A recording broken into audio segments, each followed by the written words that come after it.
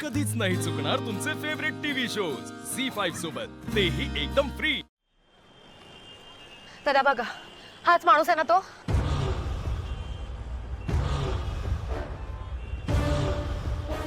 नाही, हा नाही, तो वेगळाच होता. बघितलं ना ताई? हो जाऊ द्या हो गरीबाला. हो तुमच्या पाया पडतो. हो मी काय बी नाही केलं ताई. तू जा रे इथून, परत शाळेच्या आवारात नाही दिसायचं. वय वय जातो जातो.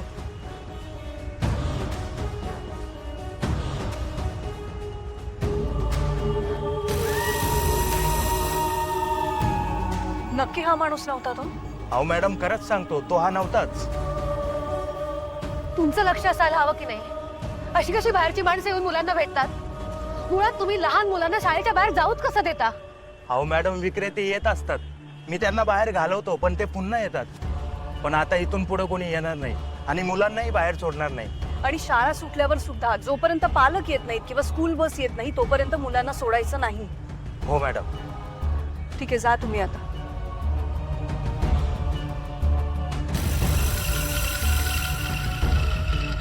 आत्या, हा माणूस नसेल तर मग कोण असेल? ऐका ना, आपण इथेच थांबूया शाळा सुटेपर्यंत. अगं नाही, त्यामुळे मुली घाबरतील. आपण एक काम करूया, नेहमीसारखं आपण ड्रायव्हरलाच पाठवूया त्यांना घ्यायला. आपण हवं तर उद्या पुन्हा येऊया, मग तेव्हा कळेल कोण आहे तो माणूस. आत्ता चल तू.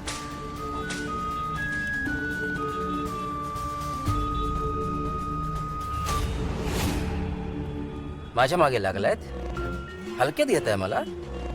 मी सापडतोय, वाट बघा. आणि तसंही नेत्रा, इंद्राणी, तुम्ही माझ्यापर्यंत पोचाल तोपर्यंत मी बरंच काही करून मोकळा झालेलो असेल. वेगळा माणूस म्हणजे? म्हणजे आज जो आईस्क्रीमवाला आला होता ना, तो इथे पहिल्यांदाच आला होता. कशावरून? आम्ही वॉचमॅनला सुद्धा विचारलं, त्याने सुद्धा हेच सांगितलं. तो म्हणाला हा तो माणूस नाहीये. बरं ठीक आहे नेत्रा, तुम्ही तरीही प्रिन्सिपलला भेटा, कंप्लेंट करा. जो कोणी त्याला असं सोडायचं नाही आपण. हो तर मी उद्या जाऊन अजून चौकशी करेन. हो, पण आम्ही आजच बोललो प्रिन्सिपलशी आणि त्यांनी ऍक्शन सुद्धा घेतली आहे. आज मधल्या सुट्टीत मुलं बाहेर नाही आले. बरं, मी पोचलोय ऑफिसला. संध्याकाळी घरी आलो की बोलूयात. हो. काका, अरे आधी काय झालं, अर्जंटली फोन करून बोलवून घेतलंस? अरे आधी मिस मेघनांना तुझ्याशी काहीतरी महत्वाचं बोलायचं होतं. बोला. सर, आपण केबिन मध्ये जाऊन बोललो तर चालेल का? नाही म्हणजे Tejas sir, Kedar sir, Tanmay sir, तुम्ही पण या. ओके, या.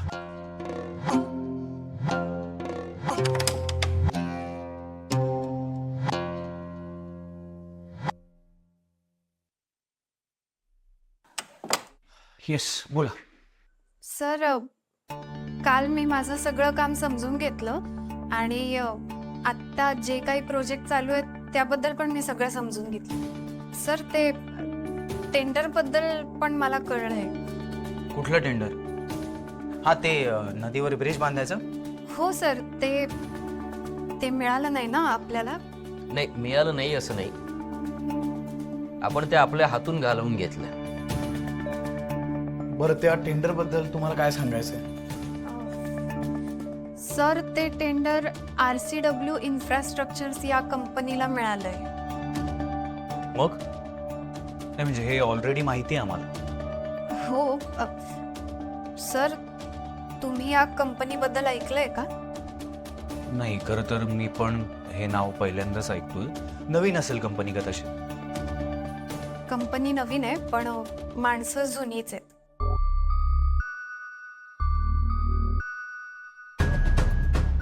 म्हणजे? सर, ती कंपनी NM डोईफोडे या माणसाची. पुढे हो सर, तुम्ही हे नाव ऐकलं असेल. प्रसिद्ध आहे हे नाव, पण वेगळ्या कारणांसाठी. वाईट दर्जाचं construction, low quality maintenance, project वेळेत न पूर्ण करणं. पण मग त्याला टेंडर कसं मिळू शकतं? एक मिनिट. हे सगळं कोणाबद्दल चाललंय? हे काय चाललंय मला जरा कळेल का? काका हा डोई फूड आहे त्याच्या अनएथिकल प्रॅक्टिससाठी लो क्वालिटीच्या कामासाठी खूप फेमस आहे. गव्हर्नमेंटने ऑलरेडी 5 वर्षांसाठी ब्लॅकलिस्ट केले तर. एक्झॅक्टली. अरे पण त्याच्या कंपनीचं नाव वेगळं होतं ना. सर, सिस्टीममधून लूफॉल शोधून काढणं, करप्शन करून टेंडर मिळवणं हे त्यांची कंपनी रेग्युलरच करते. ते आणि त्यांची कंपनी ब्लॅक लिस्टेड आहे म्हणून त्यांनी नवीन नावाची कंपनी उघडली आणि असं करून त्यांनी हे टेंडर मिळवलंय. सर हे इलिगल आहे. ब्लॅक लिस्टेड माणसं टेंडर भरू शकत नाहीत. मला असं वाटतं आपण ह्याच्यावर ऑब्जेक्शन घेऊ शकतो. वा, गुड वर्क मेघना. खूप मोठी न्यूज दिली आहेस तू. म्हणजे आता आपण जर ऑब्जेक्शन घेतलं तर ते टेंडर आपल्याला परत मिळू शकतं. एक्झॅक्टली. काय सांगतोस? That's great. मेघना, खरंच तुमचं कौतुक करावं तेवढं थोडं आहे. पहिल्याच दिवशी कंपनीला तुम्ही एवढा फायदा करून दिला. गुड. आपण लगेच ऍक्शन घेऊया. आलोच मी. नाही तेजस थांब. का? वाय? मेघनाने आपल्याला इन्फॉर्मेशन दिली असली तरी ती ऑथेंटिक आहे की नाही आपल्याला एकदा चेक करावं लागेल. मगच आपण पुढची स्टेप घेऊ शकतो. तर मी कार्यकाऱ्यांना बोलव. ओके.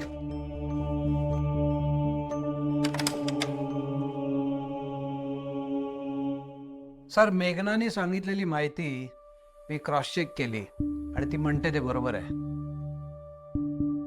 ज्या कंपनीला हे टेंडर मिळालं ना त्या कंपनीचा मालक डोई फोडे आहे.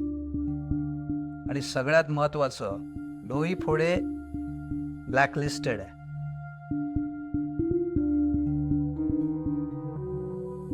नाही पण ती कंपनी ब्लॅक लिस्टेड आहे, मग त्यांना टेंडर मिळालंच कसं? अरे त्यांनी वेगळ्याच कंपनीच्या नावाने टेंडर भरलं ना तन्मय. हो, पण म्हणजे हे टेंडर आपल्या कंपनीच्या हातनं गेलंय, हो ना?